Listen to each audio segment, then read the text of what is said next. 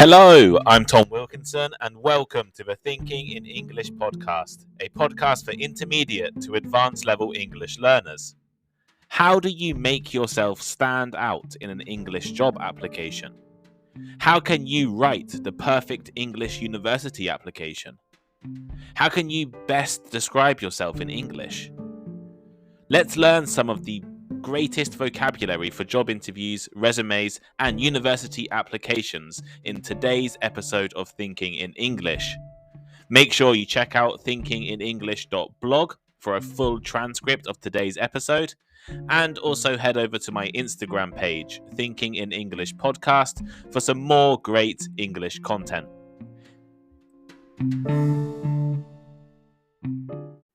As well as running the Thinking in English podcast, I occasionally help people with job interviews, resumes, as well as applications to study at universities and graduate schools in the UK and America. I've probably written more applications myself since I was 18 than the majority of people for scholarships, jobs, master's degrees, and other programs. One thing that most people struggle to do is write an excellent application.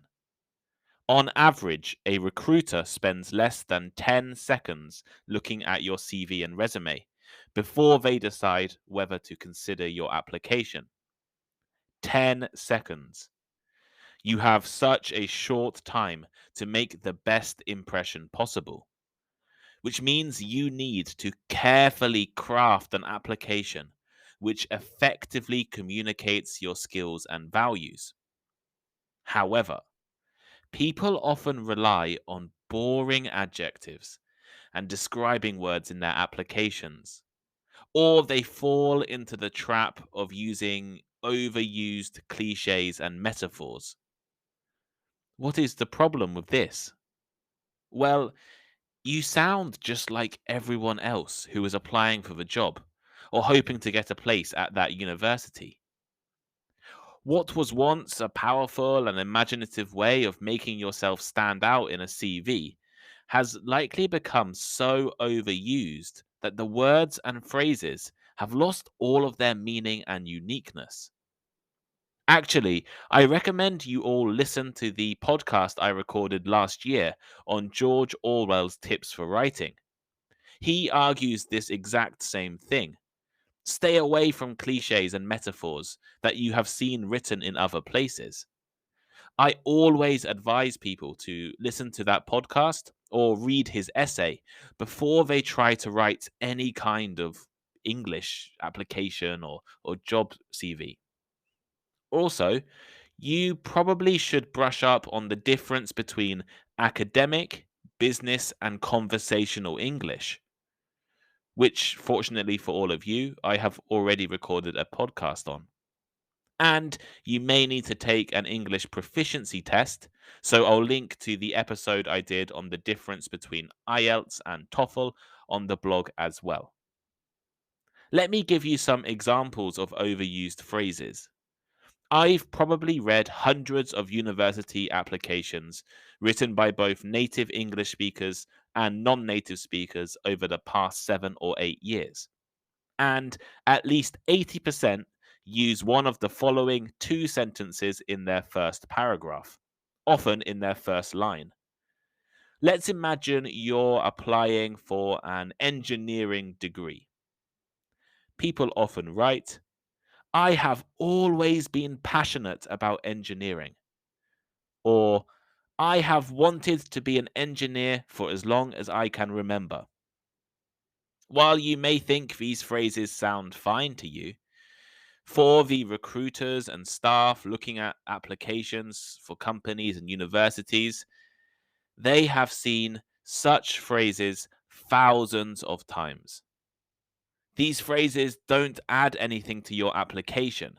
They don't make you stand out, and they aren't going to help you write a successful application. After looking at your CV for 10 seconds, a recruiter is not really going to know anything about you if this is the way that you write. So, how can you write a successful application? Well, hopefully, I can help with this over the next few weeks. I'm going to introduce you to adjectives and action verbs that will help to improve the overall quality of your CVs and resumes, as well as tell you what not to include in applications. At the moment, I think this will be a 3-part series of episodes, and I'll start with a few adjectives today that you could use to make yourself sound more original. Now, I do have to be honest with you before we jump straight into the vocabulary. While I think these following adjectives are extremely useful in helping to describe yourself to prospective employers, I am actually a supporter or advocate of evidence based applications rather than descriptive applications. So, what do I mean by that? Well, here's an example.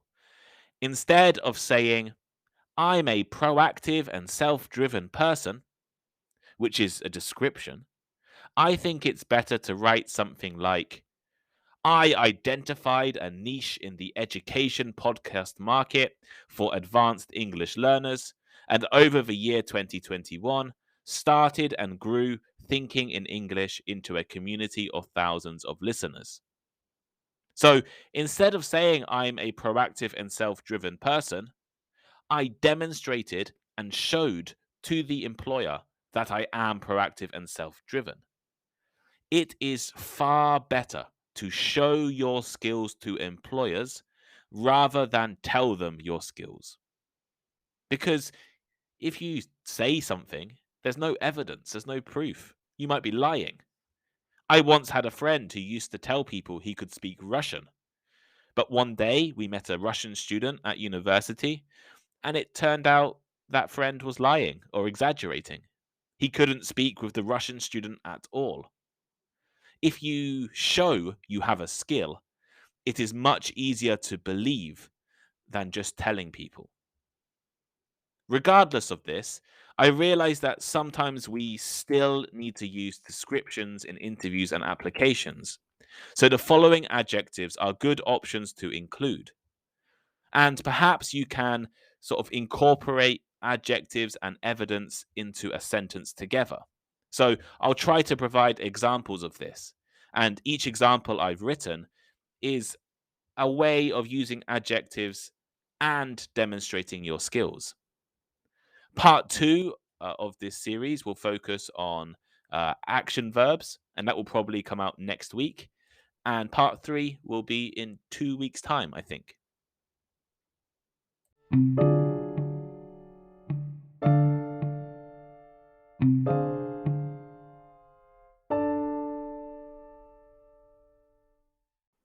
So here are some excellent describing adjectives and describing vocabulary to use in job interviews, applications, and resumes. Ambitious. If you are ambitious, you have a strong desire to be successful, achieve your goals, and progress in your career. Companies and universities usually want ambitious people in their organization, as ambitious people are usually the ones who work the hardest and bring the most innovation. For example, I have ambitious plans for developing the department, including introducing new incentives and improving team morale. Bilingual. If you're listening to this podcast or reading this blog, it is very, very likely you are bilingual. Bilingual means you know or are able to use two different languages. For example, your native language, so Italian or Polish or Russian, and English. Bilingual employees are often in demand, especially at international companies. If you speak 3 languages, we can call you trilingual. If you speak 3 or more languages, we can also describe you as multilingual. And if you are one of those amazing people who speaks 4, 5, 6, or even more languages, you are a polyglot. All of these terms, bilingual, trilingual, multilingual, and polyglot will make you appealing to potential employers and universities. For instance, as I am trilingual in French, Spanish, and English, I believe I would be a vital addition to your expanding European business.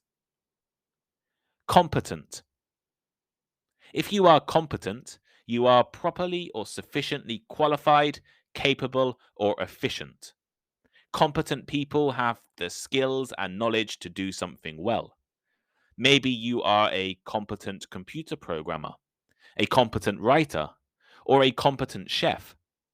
It doesn't mean you are brilliant or a genius, but it means that you are good enough.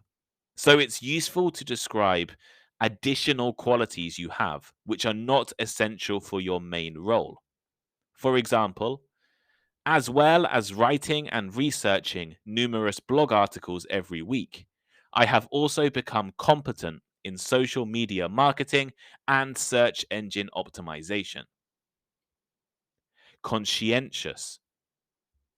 If you are conscientious, you are characterized by extreme care and great effort. Conscientious people put a lot of that effort into their work and also feel a responsibility to do their work fairly and carefully. A conscientious employee, for instance, would never distract coworkers and would never let the team down. For example, I am a conscientious and dedicated employee who will undoubtedly be an asset to your company. Dedicated. You just heard the word dedicated in the previous example. So, what does it mean? If you are dedicated, you believe your work is very important and you give a lot of time and energy to doing that work. Dedicated employees make sure to always be early, go beyond their simple job role, and devote all of their attention to the job. For instance, as a dedicated employee, I regularly volunteered for leadership and team leader positions and often went beyond my job description by creating and designing solutions to problems. Diligent. If someone describes you as diligent, it means they think you are careful, use a lot of effort, and have perseverance in carrying out different tasks. Diligent employees are in demand and popular with companies, as they are careful and serious in completing their work, which means diligent employees rarely make mistakes. For example, in my previous role, I was known as a diligent worker who only completed projects to the highest quality. Efficient. Efficient. Efficient is a great adjective to use in applications, interviews, resumes, and CVs. Efficient people are able to accomplish their purposes. Efficient people can quickly and effectively work in an organized way. If you are efficient, you operate in a way that achieves your goals without waste. Efficient employees can get their work done quickly without wasting that time procrastinating, taking breaks, or spending too much effort on less important issues. Efficient can also be used to describe technology, processes, and programs. For example, by reducing the number of meetings and simplifying the structure of the department, I was able to create an efficient and effective work environment. Entrepreneurial. Entrepreneurial is an adjective that relates to a person who starts their own businesses or is finding or is excellent in finding new ways to make money or create products. In general, entrepreneurial people are willing to take risks in order to make money. Often, startups and newly founded companies like to recruit entrepreneurial employees who are willing to find new and innovative ways to expand businesses.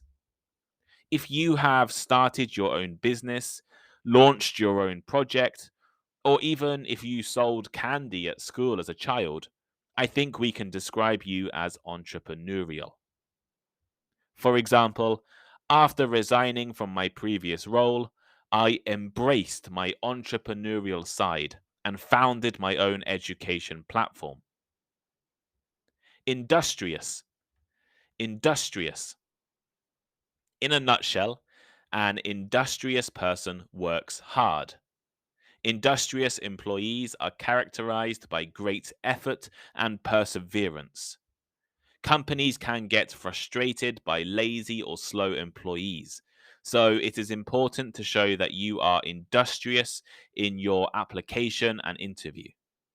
In fact, most companies demand employees to be both competent and industrious. For example, as a dedicated, competent, and industrious employee, I was regularly commended by company executives for the quality of my work and commitment to my job. Meticulous. Meticulous. Are you the kind of person who takes extreme care in the details of a project or task? If so, you are meticulous. Meticulous people pay great attention to every detail and are very careful in their work. A meticulous housekeeper makes sure every centimeter of the house is completely clean. A meticulous proofreader will find every mistake in a piece of writing. A meticulous researcher will read hundreds of articles for every report they write. For example, after hours of meticulous preparation, my first book was published to critical acclaim. Resourceful. Resourceful. Resourceful people are skilled at solving problems and making decisions by themselves. Rather than relying on others, resourceful people can use their own knowledge and skills and imagination to solve problems. As I can't afford someone to produce graphics for my Instagram posts, which I upload every week, I needed to be resourceful and use my own imagination and skills to create the designs. For example, I regularly worked independently and accomplished tasks using my own knowledge and skills, demonstrating that I am resourceful and hardworking. So here is today's final thought. In the first part of this series on ways to write excellent applications, resumes, and CVs, I have tried to provide you with some useful adjectives to help improve your vocabulary. By including such terms in your applications, you should be able to better communicate your skills, knowledge, and experience. Importantly, pay attention to the example sentences. Listen again or go back to the blog, because rather than just telling people you are resourceful, dedicated, or meticulous, you should show and demonstrate this through examples. Next week, we will look at active verbs, which are perhaps even more important than adjectives in writing applications. As always, if you have any questions at all, just reach out to me on Instagram or by the contact form on the blog. I'll be sure to reply, especially on Instagram, as I usually reply straight away. Have you ever had to write an application or take an interview in English? Let me know your experience, tips, and advice in the comments on the blog or on Spotify.